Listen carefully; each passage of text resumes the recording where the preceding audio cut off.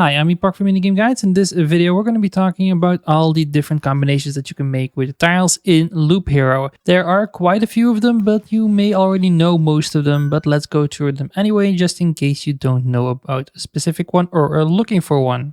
Let's get started. Now the bloody path is just when you actually place two battlefields so close together that their blue areas of influence overlap. Now a bloody path can spawn blood clot enemies, which are reasonably weak foes that can act as an additional loot source when killed, and they are very weak to magic damage.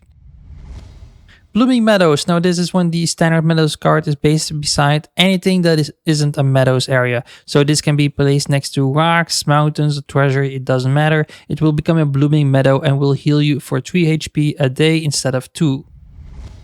A burnt forest is when you place a storm temple next to a forest or ticket, and this will pretty much result in a burnt forest. This will give you some extra magic damage. Let's talk about a ransacked village and the count's land. Now these kind of go hand in hand. You can make a ransacked village by placing a village adjacent to a vampire mansion. So either to the left, the right, the top, or the bottom. It doesn't work diagonally. And when you do this, the village will turn into a ransacked village. Now for the next 3 loops that you're going to do, you're going to get 4 ghouls in that area and a vampire. Now, you will need to destroy these vampires and ghouls 3 times, and when that happens, you can get a Count's Land. Now, Count's Land is pretty much going to be a better version of a village. It's going to heal you for a lot more, and it will also give you a quest, but with better rewards. You can predict when a goblin camp, a bandit camp, or a village with wood protectors is going to show up whenever you place a certain number of tiles. So those are going to be the 10 rocks for a goblin camp, 2 villages for a bandit camp, and 10 forest or ticket cards for a village with wood protectors.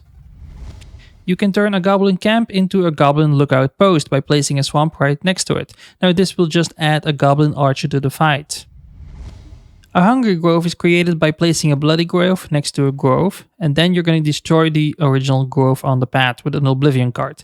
This will make the blood grove into a hungry grove. Now a hungry grove is basically different from a blood grove because it will occasionally hit a hero and devour any enemy below 20 HP instantly. By the way, this also works for bosses. A mountain peak is basically when you place rocks or mountain tiles in a 3x3 grid, and that's going to form into a mountain peak, which will grant the hero 120 HP extra, but it will also spawn a harpy every 2 days. Now you can create overgrown fields in 2 different ways. Now either you're going to place a village down and then you're going to place some wheat fields next to it. Then you're going to destroy the village with an oblivion card and that will turn the fields into overgrown fields. But you can also place these fields next to the village, which is mainly created by just placing 10 different tickets or forest tiles down. If you place wheat fields next to these, you're going to also get overgrown fields, and the overgrown fields will spawn the scarecrow enemies and blade grass. Now reeds you can get by placing a road next to a river, which will create a reed style, and this is going to spawn the fishman enemies. You can create an oasis tile very simply by just placing a sand dune right next to a river tile. You can easily create a shipwreck by placing a battlefield right next to a river, which is going to create a shipwreck. This is going to spawn enemies and also have a chance to spawn some chests.